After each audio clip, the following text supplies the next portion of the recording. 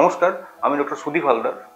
Head and neck cancer বা oral ক্যাভিটির যে ক্যান্সারগুলো হয় তার ট্রিটমেন্টের যখন আমরা একটা সার্জারি, একটা মেজর ট্রিটমেন্ট, সেই জিনিসটা বার করে দেওয়াটা খুব ইম্পর্টেন্ট। এবং সেই বার করে দেওয়ার মধ্যে একটা পার্ট ম্যাক্সিমাম ক্ষেত্রে আমাদের যেটা দরকার পড়ে সেটা হচ্ছে নেক ডিসেকশন। নেক ডিসেকশন কথা অর্থ হচ্ছে ওরাল ক্যাভিটির মধ্যে সেটা টাঙে ক্যান্সার হতে পারে, বাকাল মিউকোসা বা আমাদের যে দাঁত, যে জর মধ্যে, যে চলের মধ্যে যদি কোথাও ক্যান্সার থাকে, সেই জায়গায় যখনই ক্যান্সার থাকে, এই ক্যান্সারগুলো কিন্তু একটা প্রবণতা থাকে সেটা গলার যে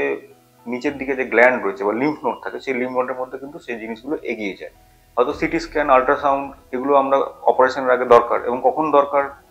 কোন কোন ক্ষেত্রে সিটি স্ক্যান আমরা প্রেসক্রাইব করি, কেন করি, তার একটা উদাহরণ বা তার একটা বোঝানোর মতো একটা ভিডিও আমি পরবর্তী ক্ষেত্রে করব। কিন্তু আজকের যে বিষয় সেটা হচ্ছে নেক ডিসেকশন। নেক ডিসেকশন বা নেকের এই গ্ল্যান্ড বের করে দেওয়ার একটা মূল উদ্দেশ্য হচ্ছে এই গ্ল্যান্ডগুলো যে টিউমারের জায়গা থেকে লিম্ফ নোডের মধ্যে হচ্ছে ছড়ায়, এবং এই লিম্ফ নোডগুলোকে আমাদের বার করে দিতে হয়। তার একটা বড় কারণ যে টিউমারটার সঙ্গে লিম্ফ নোডের একটা সম্পর্ক। এই লিম্ফ নোড যদি আমরা বার করতে পারি, সেই লিম্ফ নোডের বার করার পরে আমরা যখন ওটা প্যাথোলজি বা আমরা যখন হিস্টোপ্যাথোলজি ডিপার্টমেন্টে ওটা পাঠাই, যে তখন ওরা ডিসেকশন করে দেখে নেয় যে ওর মধ্যে কোনো রকম ক্যান্সার বা কিছু এগিয়ে গেছে কিনা, এবং তার উপর ডিপেন্ড করে যে প্রপার স্টেজটা কি। অনেক সময় ইউএসজি বা সিটি স্ক্যানে হয়তো বলে দেখা যায় যে বড় গ্ল্যান্ড রয়েছে বা লিম্ফ নোড একটা বড় সাইজের দেখতে পাওয়া যাচ্ছে, কিন্তু সবসময় সেটা নেসেসারি নয় যে তার মধ্যে ক্যান্সার সেল থাকবে। তো সেটা একমাত্র প্রমাণ করার উপায় হচ্ছে সেটা যখন আমরা অপারেশন করছি, তো অপারেশনের সময় তখন আমরা নেকের ডিসেকশন করা হচ্ছে, নেক গ্ল্যান্ড বা লিম্ফ নোড বার করা হচ্ছে, সেই লিম্ফ নোডগুলো যখন হচ্ছে আমরা পাঠাচ্ছি, তখন তার পরীক্ষা নিরীক্ষা করে দেখা যায় এর মধ্যে ক্যান্সার সেল কিছু আছে কিনা, এবং এই ক্যান্সার সেল থাকলে তার একটা প্রপার স্টেজিং হচ্ছে যে কতটা লিম্ফ নোডের কোন কোন জায়গা পর্যন্ত লিম্ফ নোডটা এগিয়েছে, মানে ক্যান্সারটা এগিয়েছে লিম্ফ নোডের মধ্যে, এবং সেই অনুযায়ী কিন্তু আমাদের পরবর্তী ক্ষেত্রে তার রেডিয়েশন বা লিম্ফ নোডের কিছু কিছু বৈশিষ্ট্য, যেটাকে ইএনই বা এক্সট্রা নিউক্লিয়ার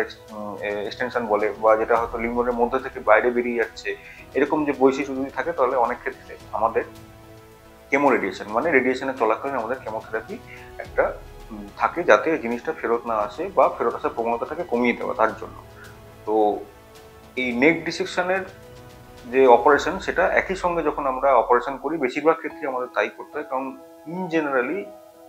যেটা আগের ভিডিওতে আমি বলার চেষ্টা করেছি, যে তামাক জাতীয় দ্রব্য সেবন হোক, যে কোনো কারণে হোক, আরো অন্যান্য কারণের জন্য আমাদের কাছে যে পেশেন্টরা আসেন তারা একটু হলেও অ্যাডভান্স স্টেজে আসেন, যেখানে টিউমারের সাইজ বা গ্ল্যান্ড নিয়ে অনেকে প্রেজেন্ট করছেন। তো সেই হিসাবে দেখতে গেলে আমাদের সবকটা ক্ষেত্রে আমাদের বলা যেতে পারে যে আমরা লিম্ফ নোড ডিসেকশন আমাদের করতে হয়, নেক ডিসেকশন আমাদের করতে হয়। এখন কোনো একটা টিউমার সেটা যদি আমাদের মিড লাইন ক্রস করে যায়, তখন আমাদের হয়তো দুদিকে নেক ডিসেকশন করতে হতে পারে। যদি কোনো একটা টিউমার মিড লাইন না ক্রস করে, তাহলে তো সেই দিকে, মানে ধরুন দেখা যায় বাঁ দিকে, তো বাঁ দিকে আমাদের নেক ডিসেকশন করতে হয়। এখন নেক ডিসেকশন করার কিছু কিছু সমস্যা, যেমন হচ্ছে একটা, তো প্রথম কথা একটা স্কার, সেটাও যদি খুব সমস্যা নয়, তাহলেও যেটা আর একটা হয় যে ওখানে অনেকগুলো নার্ভ, এই নেকের জায়গাটার মধ্যে অনেক রকম নার্ভ, যেগুলো বিভিন্ন জায়গায় সেন্সরি নার্ভ, কিছু মোটর নার্ভ, সেগুলো অনেক ফাংশন থাকে। যেমন একটা নার্ভ যেটা আমাদের খুব ইম্পর্টেন্ট, যেমন বাঁচানোর জন্য, স্পাইনাল অ্যাক্সেসরি নার্ভ,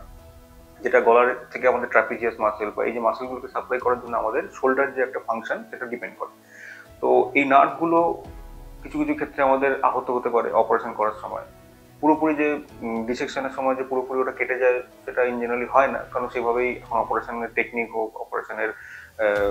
আমাদের যে গ্যাজেট ইউজ করা হয়, সেসব ক্ষেত্রে আমরা ওটাকে বাঁচিয়ে রাখতে পারি। কিন্তু অনেক সময় সেই নার্ভের কিছুটা ড্যামেজ, সেটা টেম্পোরারি হলেও অনেক সময় শোল্ডার ডিসফাংশন, এটা একটা খুব কমন একটা কমপ্লিকেশন, যেটা নেক ডিসেকশন অপারেশনের পরে হয়। বা অনেক সময় ওইখানে লিম্ফ নোড থেকে কিছু জল বেরোনো, যেটা সেরোমা, এগুলো হতে পারে। উন্ড ইনফেকশন যে কোনো অপারেশনের একটা, ইন জেনারেলি নেকে খুব বেশি হয় না। তো এই ভিডিওর মূল উদ্দেশ্য ছিল এটাই, যে মোরাল ক্যাভিটি বা মুখের ভেতরের যে হেড অ্যান্ড নেকের যে মেন যে ক্যান্সারগুলো, যেগুলো নিয়ে মোটামুটি ভাবে বলা যেতে পারে রোজই রোজই কোনো না কোনো পেশেন্ট আমাদের কাছে বা বিভিন্ন ক্যান্সার হসপিটালে আসে, তাদের একটা বিশেষত্ব যে অপারেশনের জন্য কিন্তু আমাদের neck dissection majority of the time আমাদের করতে হয়। এবং এই নেক ডিসেকশন করার পরেই আমরা একটা প্রপার স্টেজিংয়ে আসতে পারি, এবং তার কিছু বৈশিষ্ট্যের উপর ডিপেন্ড করে আমাদের পুরোপুরি যে ট্রিটমেন্ট, কেমোথেরাপির সঙ্গে রেডিয়েশন বা শুধু রেডিয়েশন লাগবে কি লাগবে না, কিন্তু একটা বৈশিষ্ট্য আমরা ওখান থেকে জানতে পারি। তো এটাই ছিল আজকের এই ভিডিও, যে নেক ডিসেকশন কি, কখন কিভাবে করা হচ্ছে, এবং তার মিনিমাম কিছু কমপ্লিকেশন, এবং এইটার উপর পরবর্তী ট্রিটমেন্টের কি ভূমিকা। এই বিষয়ে যদি আপনাদের কোনো কোশ্চেন বা কোনো কমেন্ট বা কোনো কিছু জিজ্ঞাসা থাকে, আমাকে লিখে জানান, আমি তার যথাযথ উত্তর দেওয়ার চেষ্টা করব।